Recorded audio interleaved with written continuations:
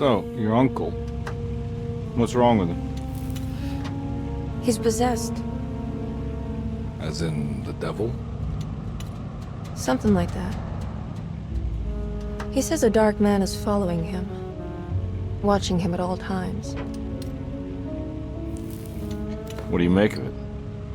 It's nonsense, of course, but I'd be lying if I said it didn't bother me. You see, it runs in my family. Possession? No, Detective. Deteriorating melancholy. Practically every member of the Hartwood family is driven mad before they grow old.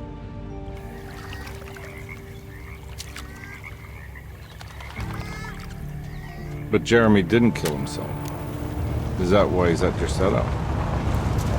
Despite being convinced that he is truly possessed, he decided to put his last chips on Dr. Gray and his psychoanalysis, figuring he might stumble upon some cure.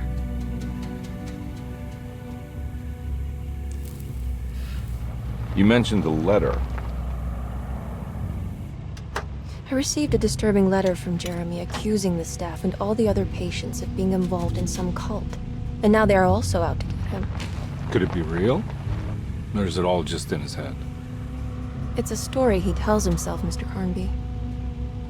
Anything to avoid the truth. Which is? That we're all terribly insignificant. That people mean so very little to one another.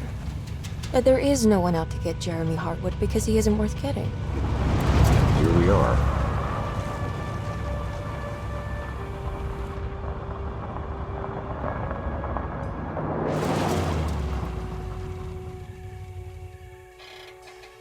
My uncle's not well, Mr. Carnby. I want to make sure he's all right. Then what's my part in this? You couldn't get a cab? I just wouldn't feel safe going alone.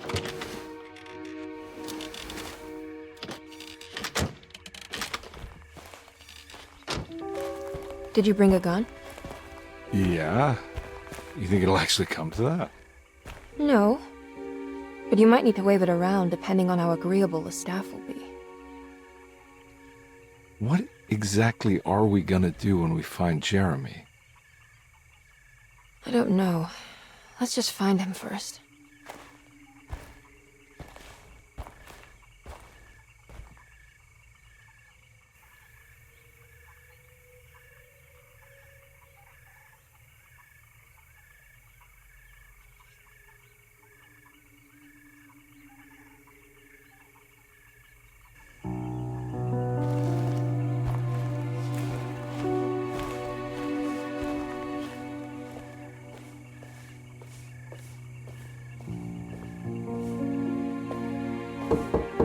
Hello?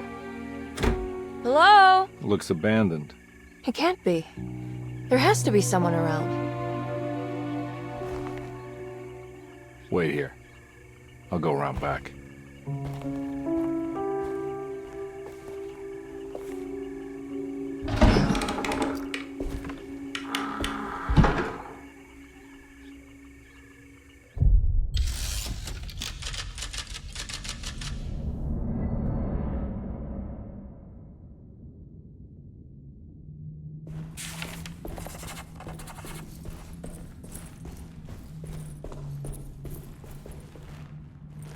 Now what do we got here?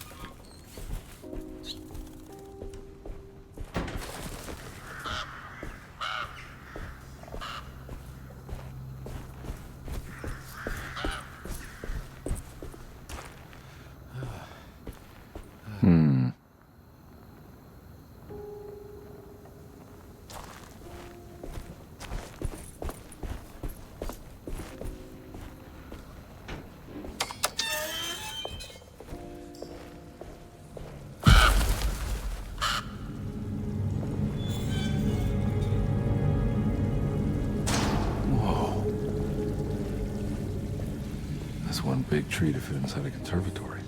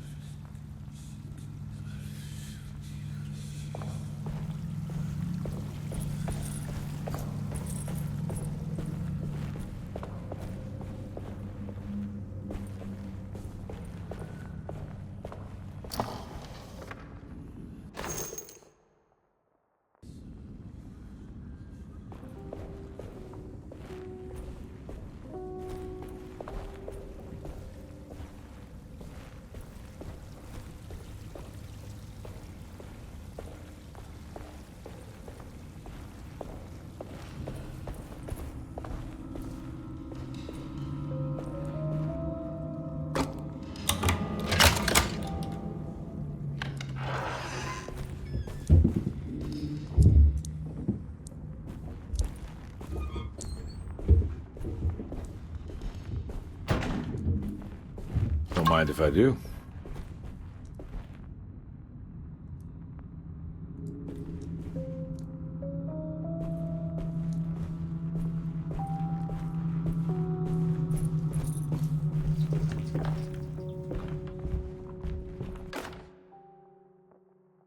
Every day your silence weighs a little heavier. It's been a difficult year for everyone, and many have lost all hope. I read in the papers about people suffering. Pictures of dust-covered landscapes without a drop of water. I wish I knew if you were still tending the earth or if you had turned your back against us. I have started to look for help elsewhere. I pray you will tell me if I am going down a path that you find disagreeable. With help from Baptiste and Charlotte, I found comfort in the practice of the voodoo. I have long been skeptical of that Caribbean cult, but it's been of good use to me. It seems all harmless in my book. I say some words dreamt up by the Creoles, and I carry around a small pocket of gree-gree. Nothing of this is mentioned in the Bible, of course, but the French Quarter priestess tells me it's all connected. She says the Christian God is just one more perspective on the creator of things. That's what I like to think, but the other way around, that the spirits of her faith are just aspects of you, our Heavenly Father. I am so grateful for the words you gave Mr. Hartwood. We will sing your praises at St. John's Eve.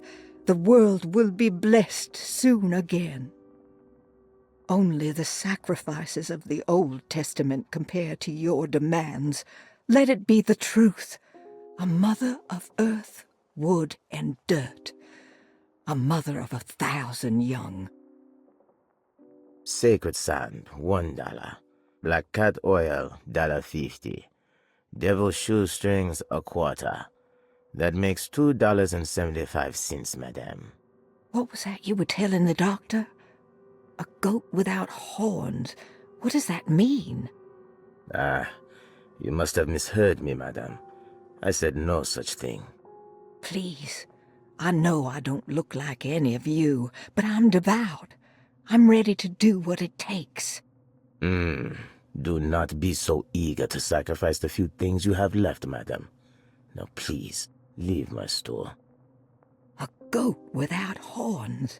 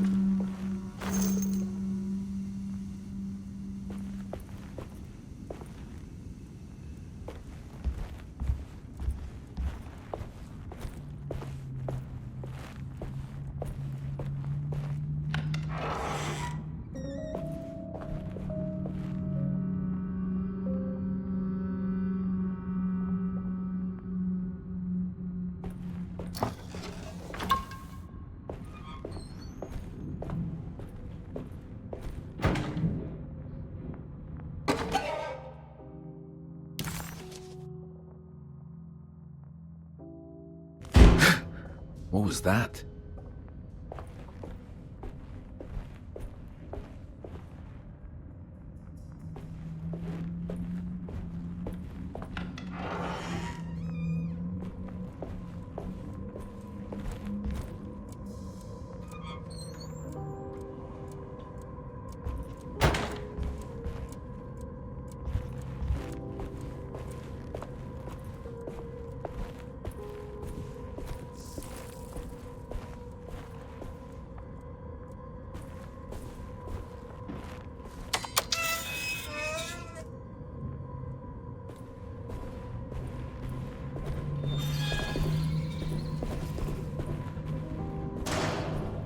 I need the key.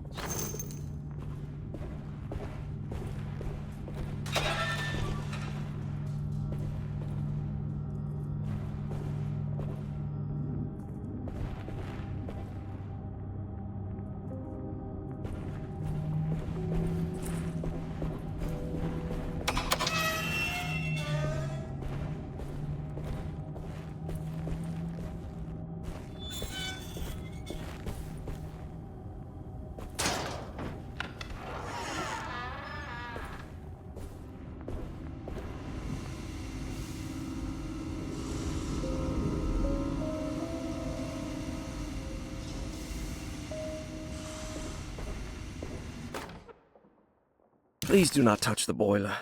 It is working after all. While the sabotage has caused a leak, only the decorative plate has been completely ruined. Let's wait for Mr. Chance to turn up and he can take a look at the leak. Mr. Waits.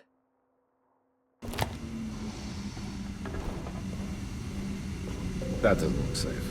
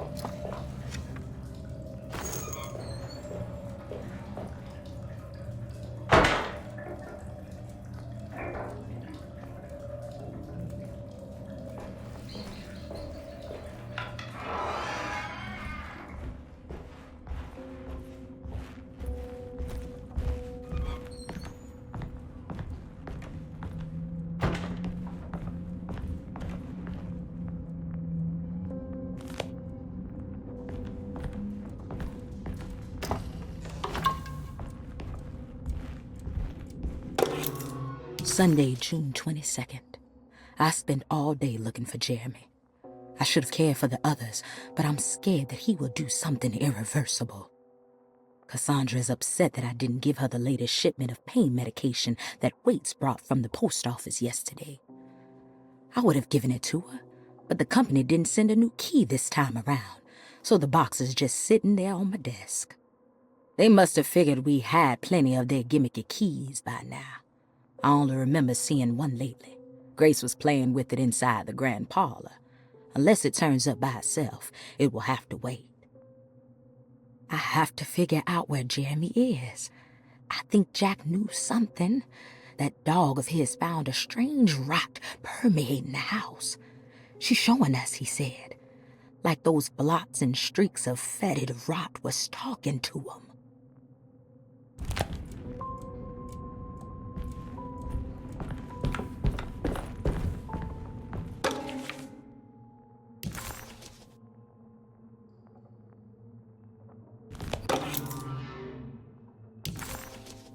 Nice.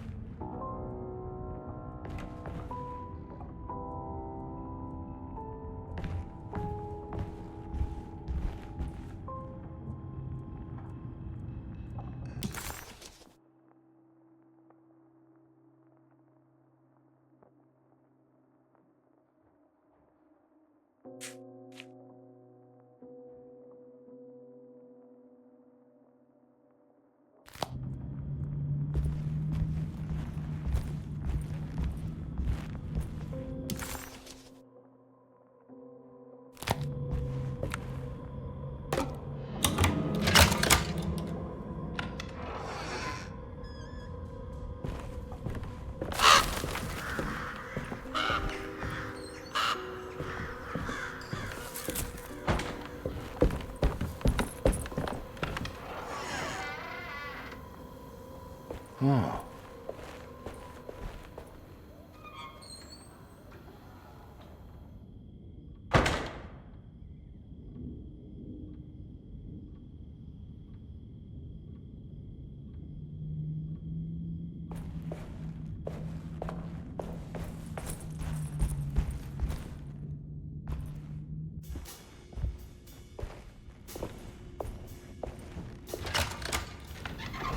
Thanks. What are you doing? Who are you? Whoa, pardon me, excuse me. My name is Edward Carnby, private investigator. I hope you don't mind we let ourselves inside. I do mind. This is private property. You can't just barge in here. I'm sorry about all this, but I'm looking for my uncle. It's urgent, and no one was answering the door. We can't hear you knocking anymore. None of us can. Who is your uncle, darling? Jeremy. Am I right? She has that Heartwood gloom, doesn't she? That's right. I'm Emily Hartwood. I just came to make sure my uncle is all right. Well, he is unavailable right now. You will have to come back another day. Unavailable how? Is he sleeping? We can wait. He's lost. Don't I know you from somewhere? Who's your man again, Miss Hartwood? My name's Edward Carnby, private investigator. Splendid. Enough! All of you! Get back to your rooms! McCarthy, keep your eyes on the child. And you two, please leave immediately.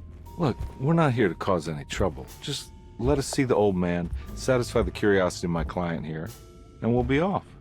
Jeremy has gone missing. There's no need to worry, but it might be some time before he turns up. The whole staff is looking for him. What? He ran off?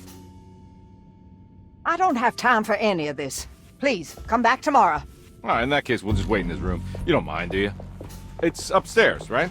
Wait, you can't. Don't worry, we'll be discreet. In the corridor. It's the first door on your left. I'll tell Dr. Gray you're here.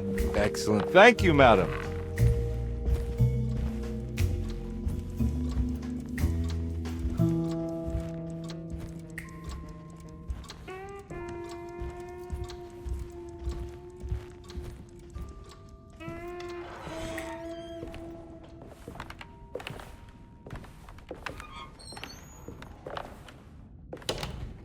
All right, here we are. Let's look around. See if we can dig up any clues.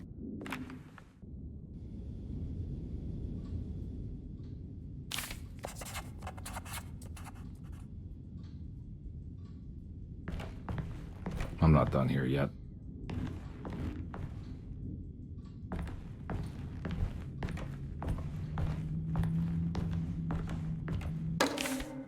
Every night the dark man stands opaque at the threshold of my room, counting the days until my spirit spills out of my tired shape Only his pallid mask shelters my remaining sanity. Staring directly into the face of that demonic sultan would surely sunder time itself.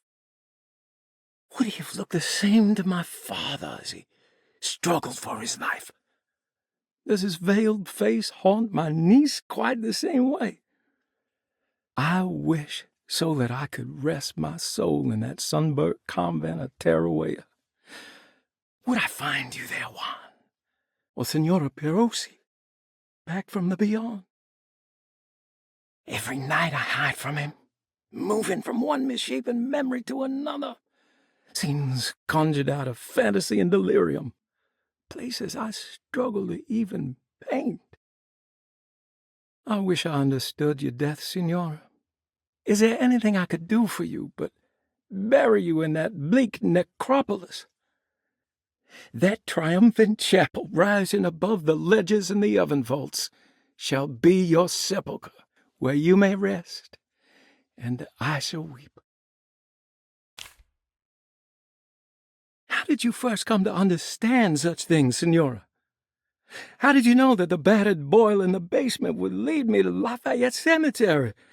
Or how the old upstairs clock, with its astronomical motifs, would take me to that hateful mound outside of Claremont Harbor? Those are my memories, my past. Is there perhaps a chance, if ever so small, for me to see Tarawea? Oh, I want that more than anything. Please, let my talisman take me there. Let me sit with Juan under his Bodhi tree. Despite having sold me that talisman, Miss Jackson, the voodoo priestess, revealed none of her secrets to me. That's why I had to travel to Tonka.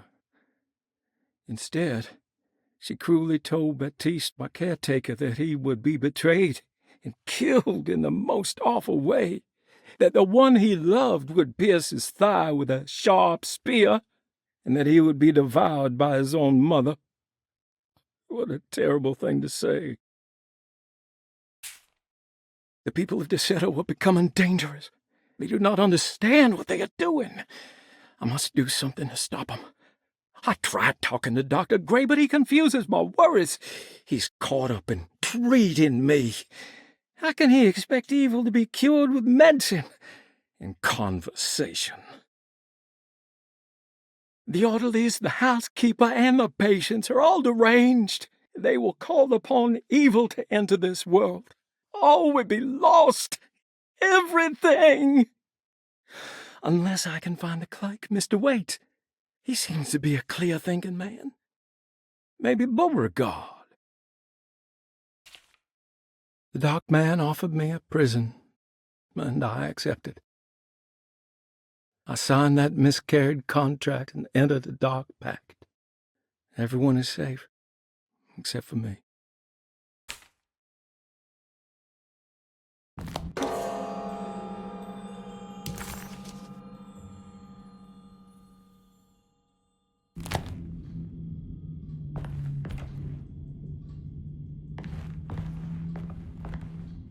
I found a book full of peculiar notes. Have you heard of something called Tarawea? No. What's that? I might be reading too much into this, but I think it's the place he wants to go to. Oh, okay. Sounds like a clue.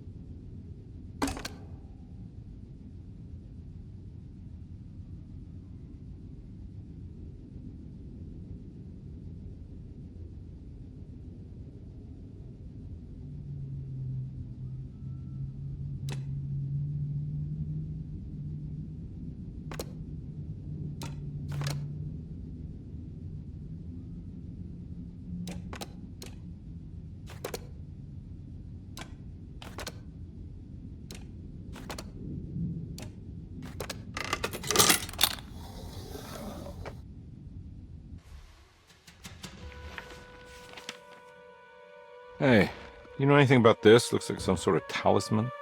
No, I don't. Oh, help me out here, will you?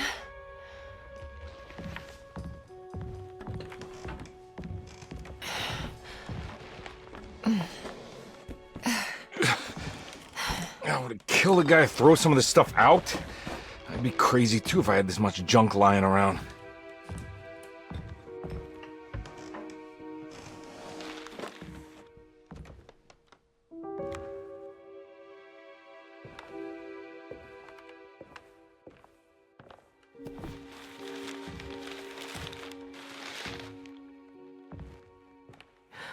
Oh, wow. That's striking. I want to save this one.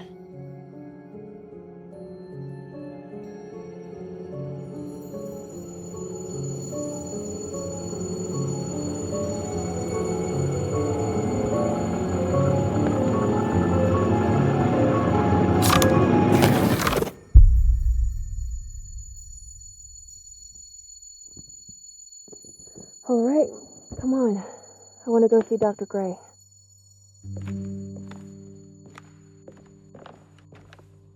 Come on, let's go.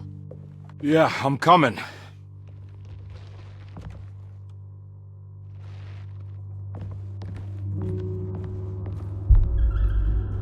Miss Hartwood. Emily?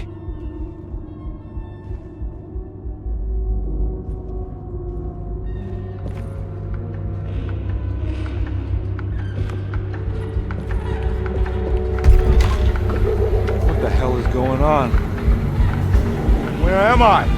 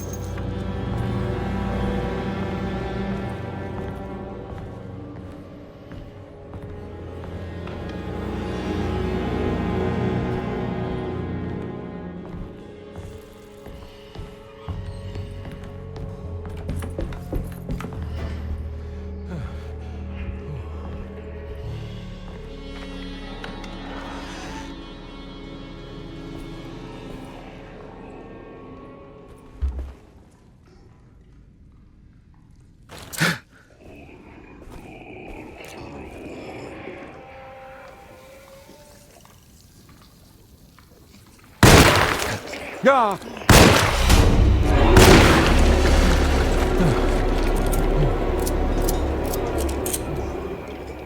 Christ, what the hell was that?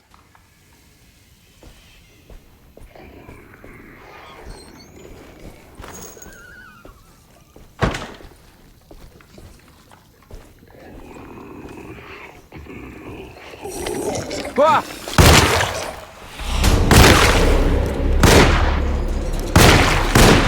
Yeah.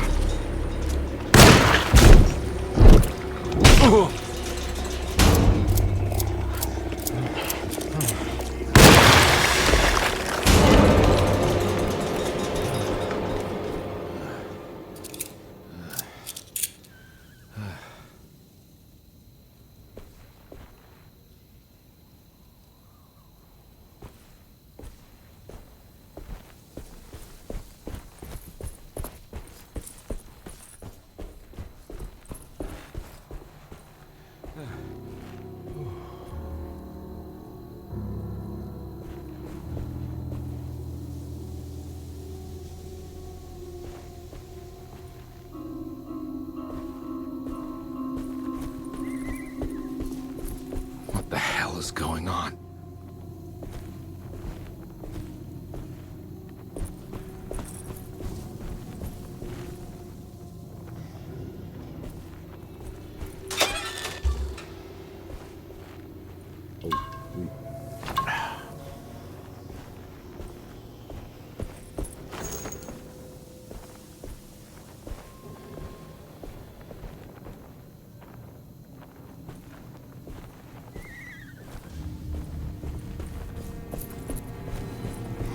can't go that way.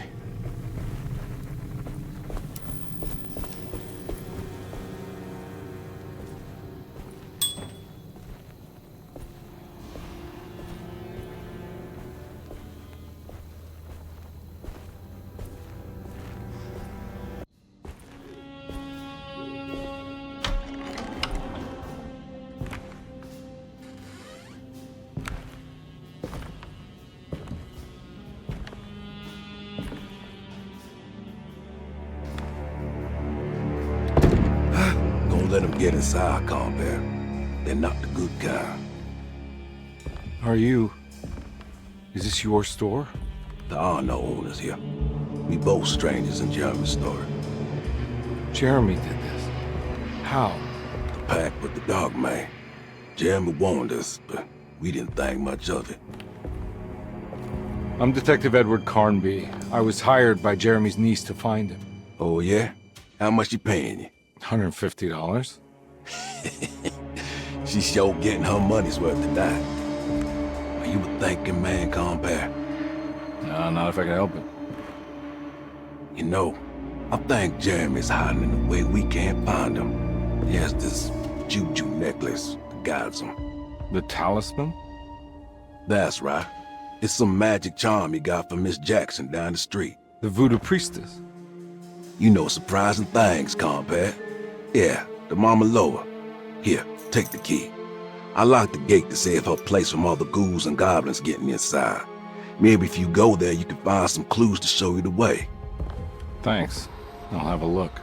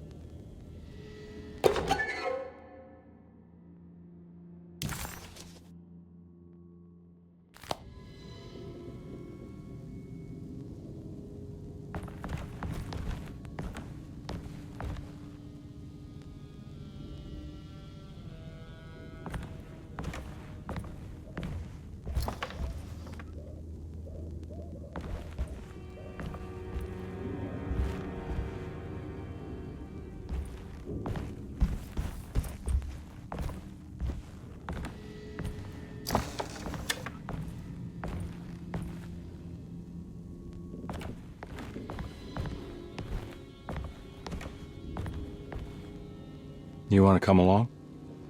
Nah, I'm gonna stay here for a while.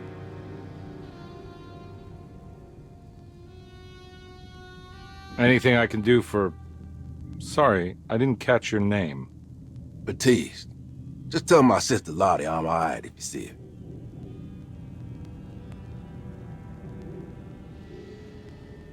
All right, I'm heading out. Be careful out there.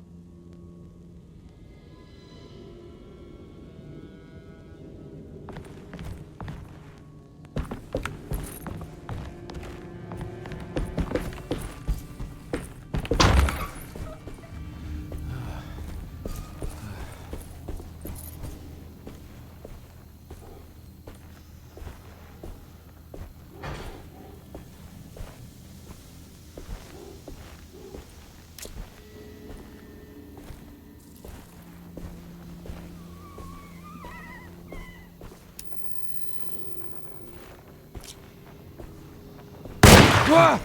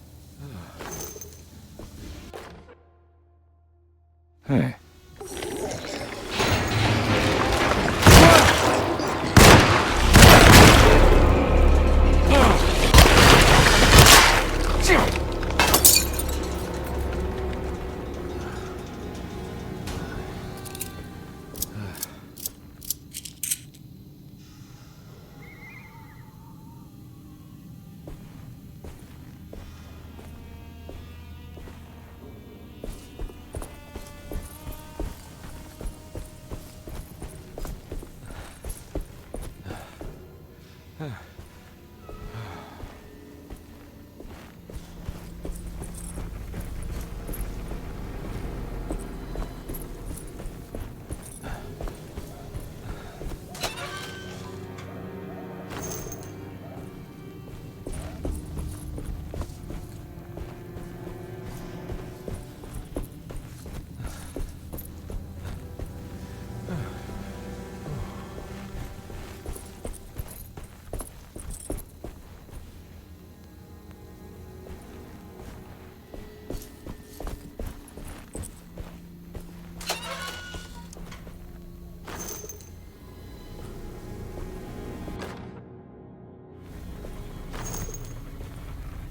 can't go that way.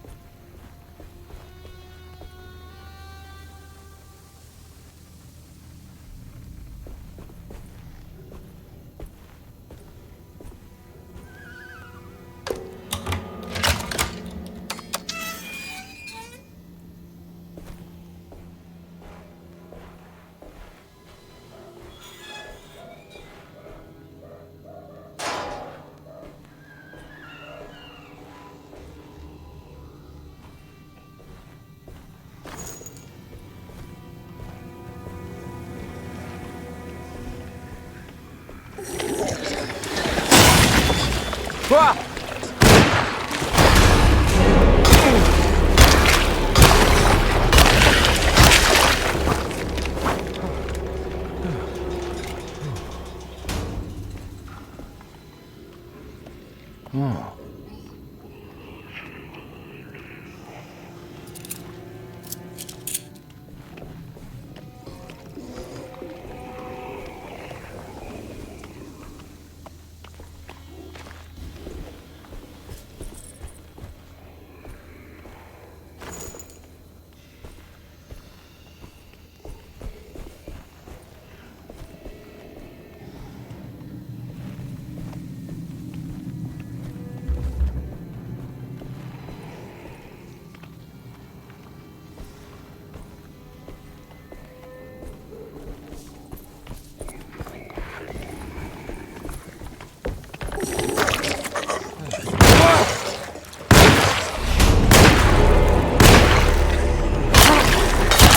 My weapon broke!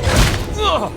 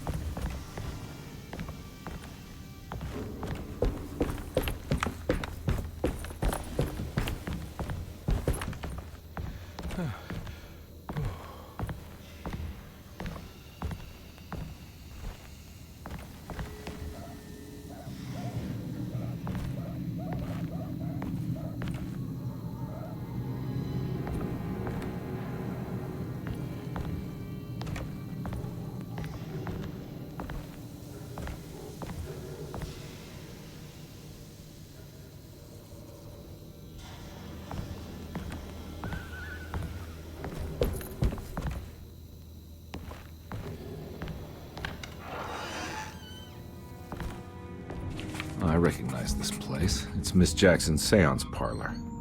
Let's see if she's got any information on Jeremy's talisman.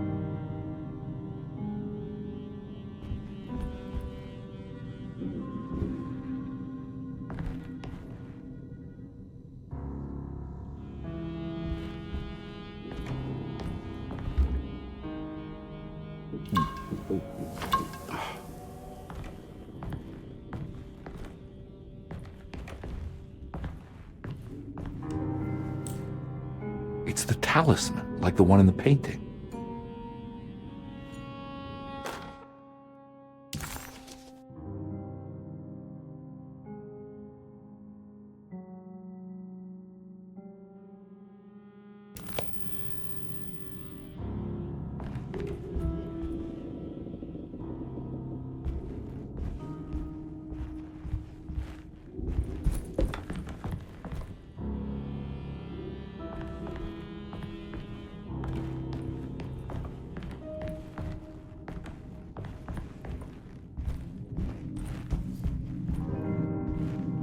I think it's meant for the talisman.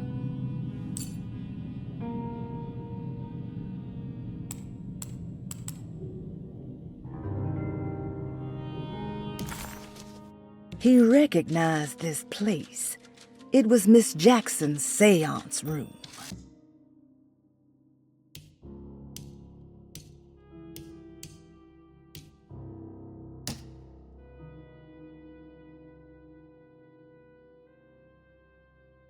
Talisman with black sunstone. An ancient navigational tool found inside a cheniere along the Bayou Tonk. The old grave was uncovered by oil riggers and said to have unleashed a vagabond devil that massacred its finders. 3 numbers are needed to span a bridge between the scapes of dream and memory, according to Stern. Not where I want to be, but it's a start. 3, 5, 8. I think it needs numbers, like coordinates. Maybe there's something in Jeremy's notes.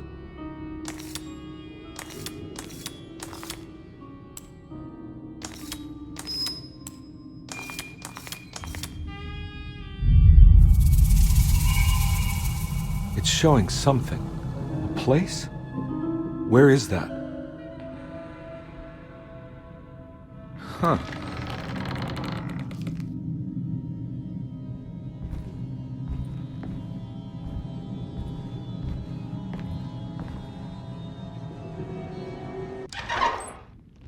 Detective, I was wondering when you were going to show up. Mrs. Thompson told me you were here.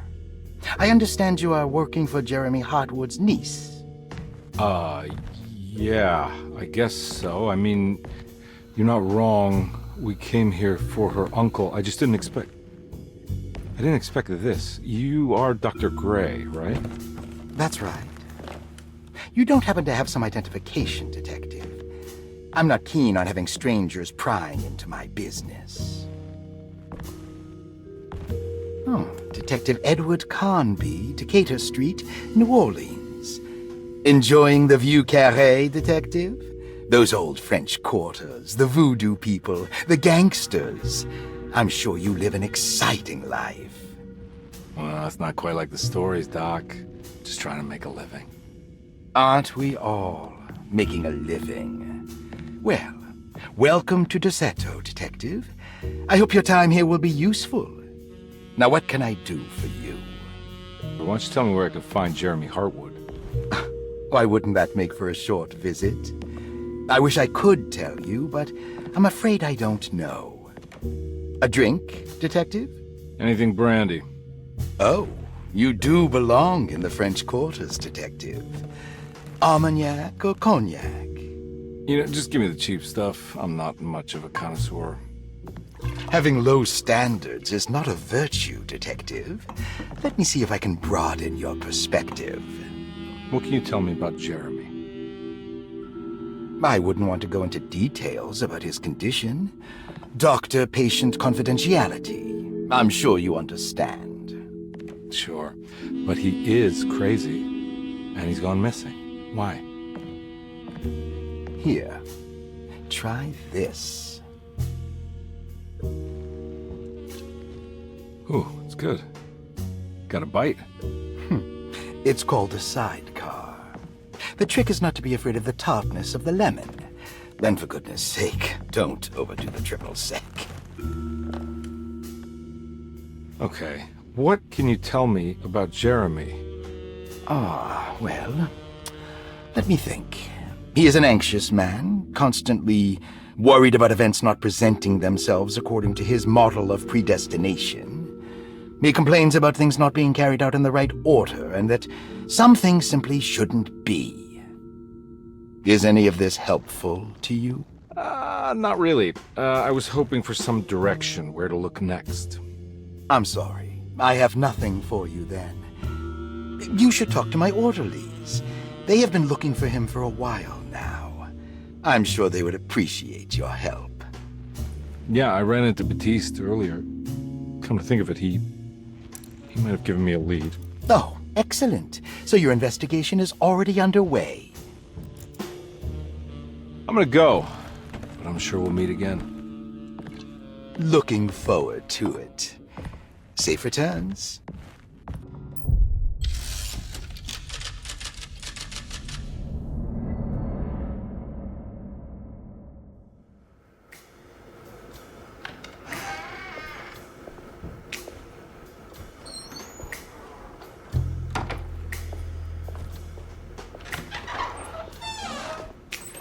Detective Carnby, where did you go? I was just talking to Dr. Gray. You disappeared. No, it's not what you think. Have you found anything strange going on here? Yes. Everyone is being incredibly evasive and I can't figure out why. No, I mean something you can't explain. Paranormal, even. Detective, I really need you to get yourself together. I can't do this alone. Forget it. I'll figure it out. Do you want to come see Dr. Gray? No, I want to try something. With this talisman, I think I can follow Jeremy to the place he mentioned in the book. What was the name? Do you remember something Spanish? Tarawea. Yeah, that's where I need to go. Detective, are you gonna be all right? Yeah, of course. Go talk to Dr. Gray. We'll rendezvous later.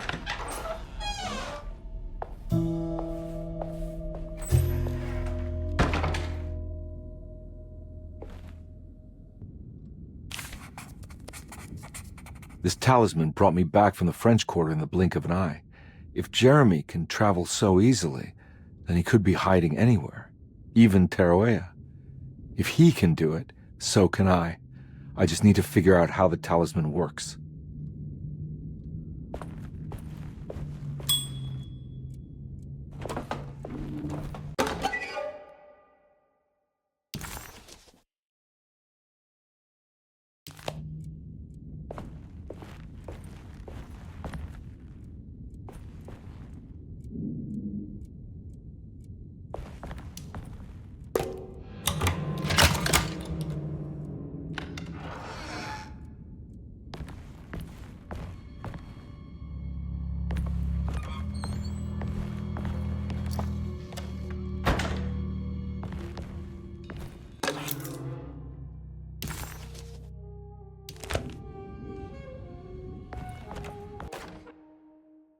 Saw your notice in the boiler room.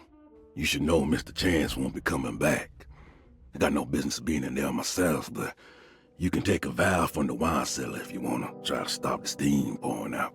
Be careful.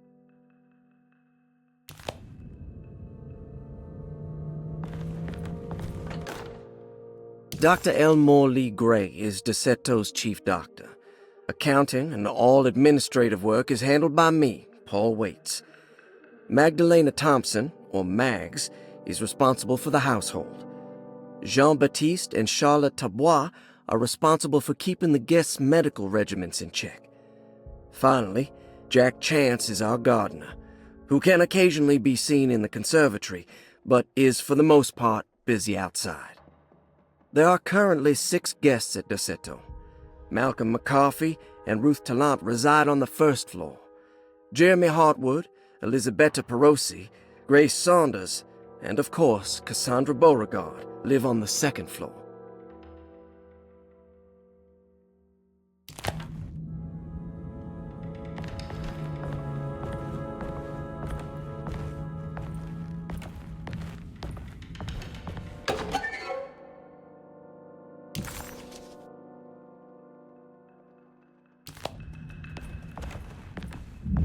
There's no way I can get into this thing. Better leave it alone.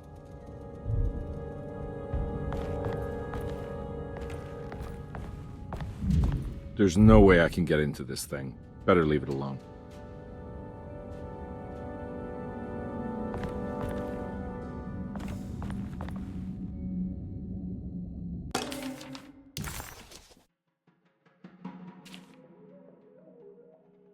Cassandra Beauregard, the beloved author.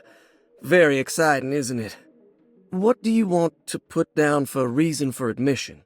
What her agent told us. Cassandra suffers from writer's block and needs to finish her moving picture script before the end of June. Mr. Chardot suggests Cassandra's heavy use of barbiturates is holding her back and risks ruining her career. And how should we summarize her personal history? Let's keep it short. Cassandra Beauregard is a beloved crime author who managed to pull herself out of poverty and into stardom. 5 years ago, she tried killing herself by jumping off a balcony. The incident left her a cripple, and now relies heavily on her wheelchair. And for diagnostic impressions? Cassandra suffers chronic back pain following her suicide attempt. She self-administers morphine to keep herself ambulant, but has become addicted, and the desired effect is now lost. The drug abuse clouds her mind, and she is unable to focus on real life.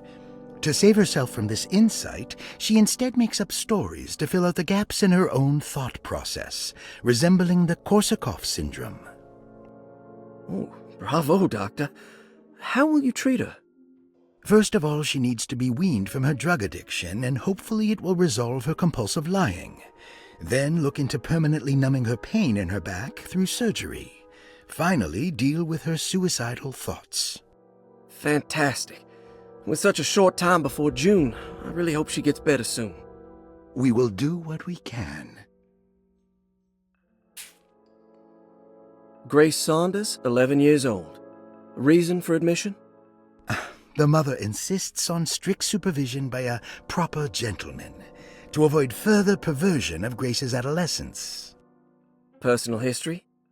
Grace's family possesses modest wealth and status. Her childhood seems ordinary, spending most of her time with private teachers and family friends. Grace's father recently passed away, leaving her mother the sole caregiver. And diagnostic impressions? Grace has trouble dealing with her father's death. She is willingly suppressing her feelings on the matter and isn't properly acknowledging the trauma she suffered. Any planned treatment?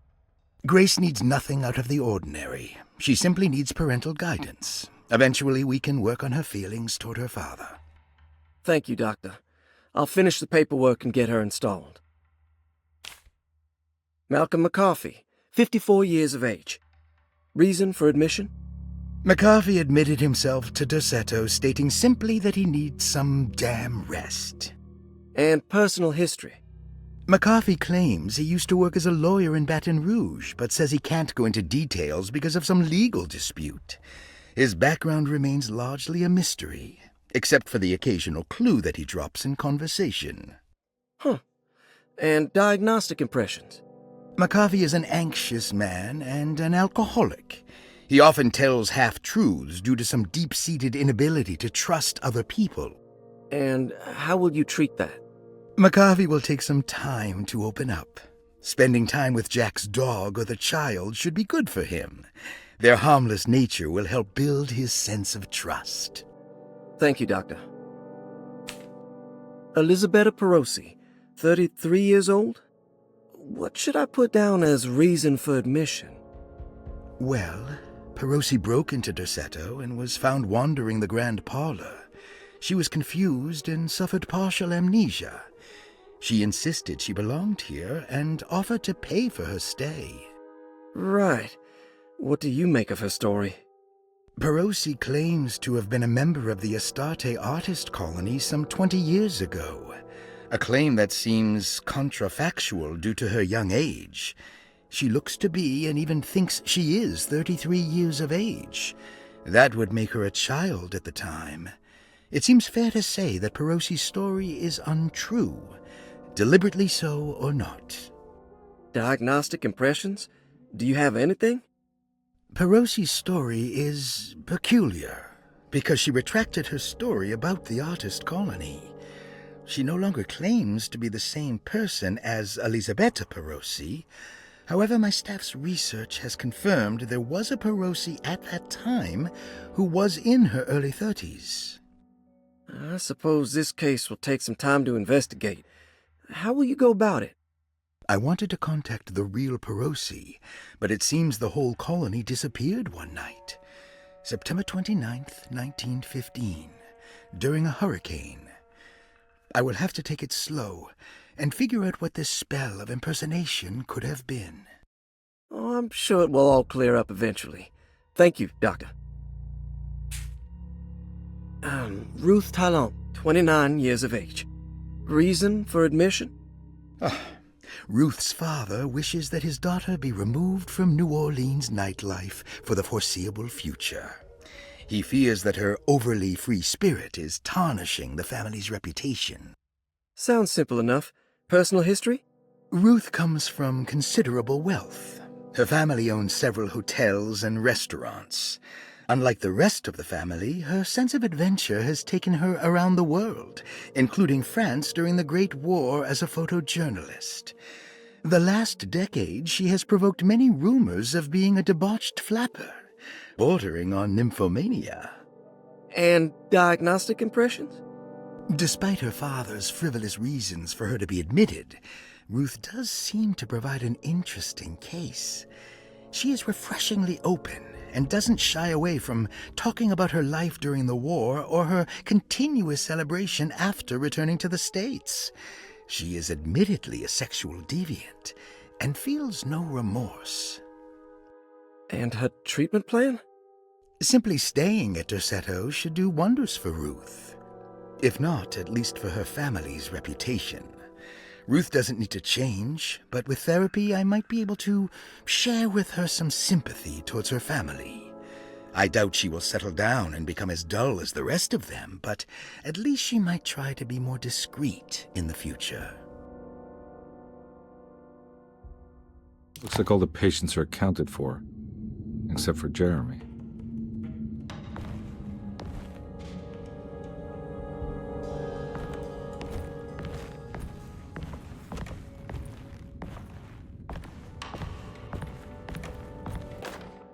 Paul, you're right about the plates on the boiler and the clock. They have been sabotaged, and I think I know who did it. They have something to do with Jeremy's episodes and how he seems to disappear at night. Right now, it's important that you keep an eye out for any of the pieces. I want to find out if I can repair the plates. Let me know if you find any of them. Lottie. Tell Lottie to take a look at the well in the kitchen garden.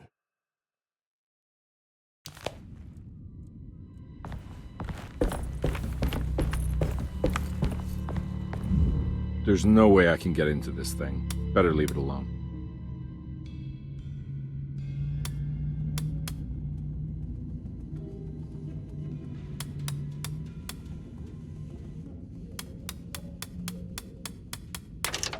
Hey, what do you know? I guessed the combination. Ah, Detective Carnby.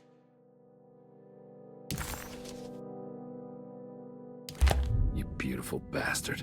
How are you this good?